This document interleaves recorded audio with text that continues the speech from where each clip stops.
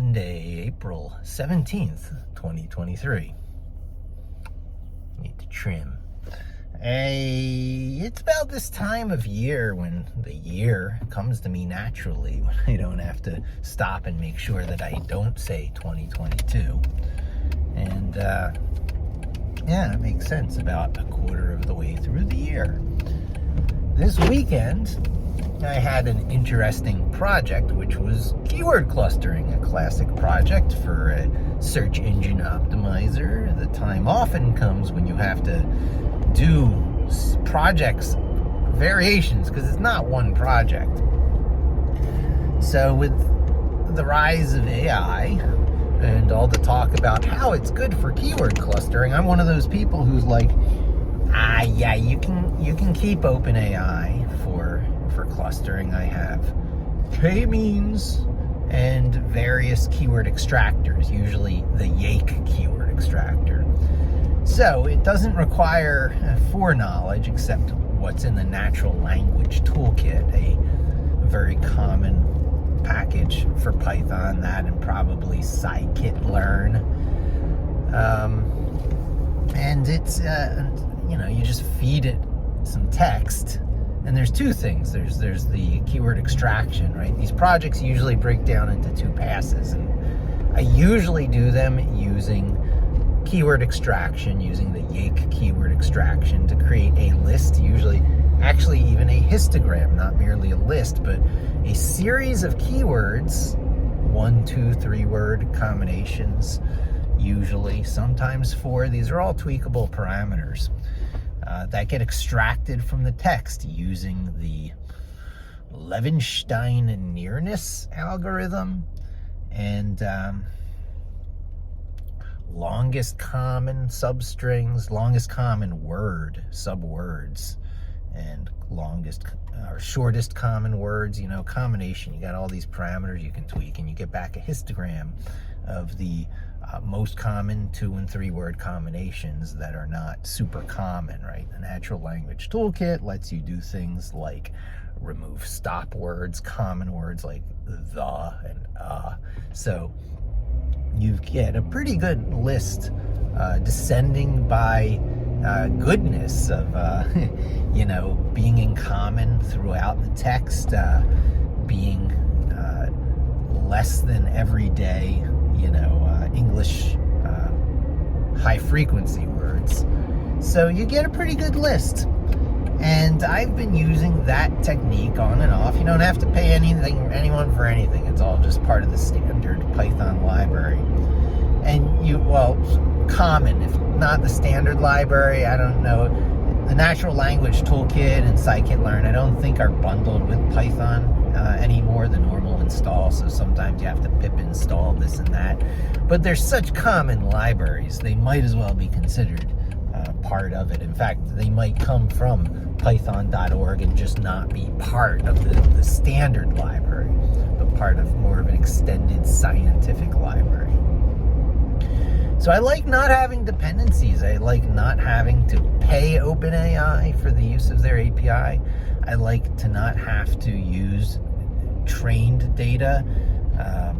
The stuff that I was talking about was they call it unsupervised training, and you just point it to your keywords, or you point it to your body of text, say go, you get your keywords. And then the next step is called KMeans. There's different clustering approaches. There's some clustering in, I think, scikit-learn. I tend to use that less often than KMeans. KMeans is in there somewhere as well, but there's 2 different keyword clustering choices. The one I use, you tell it the number of clustered groups you want, and it gives you back the keywords clustered over those groups. It's basically a mapping. You have to do some additional steps to turn that mapping back to the, like the names of the keyword groups. It doesn't give these keyword groups names. It just turns them into tokens and groups them.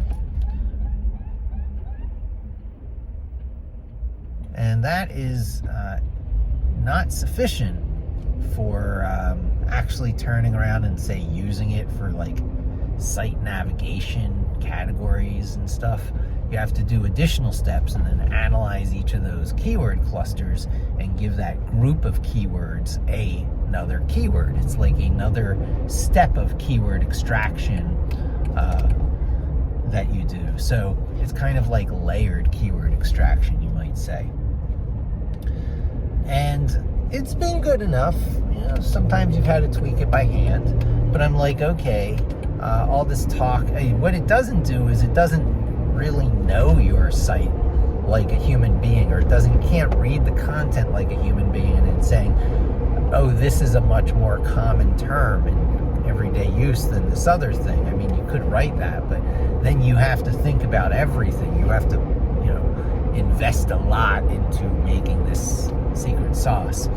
When you could just ask this GPT-4 model that's been trained on everything, what are the best keywords to describe this text? Read it and summarize it. Read it and extract text. Read it and write a headline for it. Read it and tell me what category it best fits under. So I did that. I used the OpenAI black box approach. We don't know exactly how it's doing what it's doing, but here are some results, and they're better from what you can get with KMeans clustering and Yake keyword extraction. And it is significantly better. It clearly understood the text and made better keyword extraction selections than the more statistical and more free and less dependency approach. But the good news is you only have to do it once with OpenAI. You bank your results, you throw it into a database or somewhere else, and you can use that until you produce more content. Then you have to run again and pay those few pennies more. And it's a lot like using Mechanical Turk or a virtual assistant, but it's OpenAI instead. You're paying for intelligence, general intelligence. You're paying for an expert, statistically expert advice. Now, I know hallucinations and it might lie to you, but if it's extracting keywords from your own text, you're not so worried about it.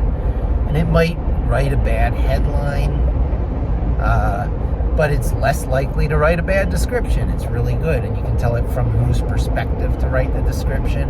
So if you want it to sound like you wrote those descriptions of what you were doing, you tell it to work from your first-person perspective, which is exactly what I did. I actually had it rewrite the original round of descriptions where it was saying the author of this, the author of that, and now it says I decided this, I decided that. And it comes off much better as the meta description content that it should be. And that I don't think I ever could have done with any of the scikit-learns. I could have probably done it with maybe, I don't know. No, these are large learning models. That's the new thing. Writing descriptions. Whew. So, yeah, I'm going to the well more often with the OpenAI API. I plan on testing the Amazon Code Whisperer, which is supposed to be a free version that just came out. So there's going to be some competition between Microsoft GitHub Copilot, which is just another way to get OpenAI into your coding and writing. So I'm doing AI-assisted writing all the time in my daily work journal. You should join along with me on those YouTube videos. They're becoming more interesting as all that auto-suggest magic is happening. I plan on using it for a series of increasingly aggressive life hacks to move my life forward, to make good decisions, because now I have a co-pilot. Homage to Alan Rickman and the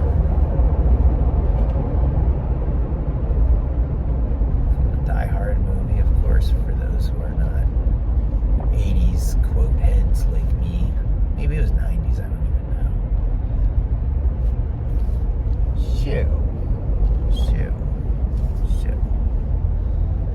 It's been an interesting few days of kicking tires of old functions keyword extraction, keyword clustering, and some new functions, summarizing, meta description writing. And then, switching from old methods to new to get better keyword extractions, but it became quite dirty data, as in it didn't come back in consistent formatting. So I still am unable to really make full use of the keywords that are extracted. I had to back out of that particular rabbit hole. It became a very deep rabbit hole cleaning stuff up. So I just wrote like a try-fail sort of thing, a try-accept thing, so that the keywords that were well formatted for use got used in the ways they could be used, and the ones that weren't were just skipped over. And I don't have a really good handle yet on how many were skipped. It doesn't look great. It looks like a fair number are coming up not formatted well, being like, quote and comma type stuff. So I'll have to do a little bit of cleaning on that to get full advantage out of better keyword selection. So it's like the two-edged sword. Here are better keywords, but I won't give them to you in a consistent fashion. Every time you prompt me with the exact same prompt, different, text to read, to make the keyword extractions from, but the prompt otherwise identical.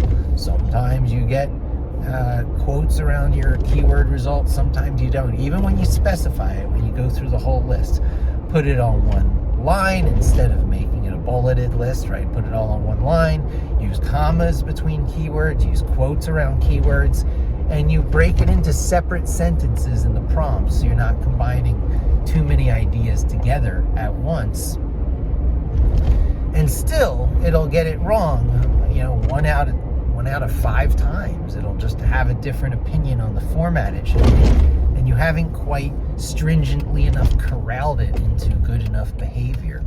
So that's where I'm at now, and I'm going to be putting the finishing touches onto that project.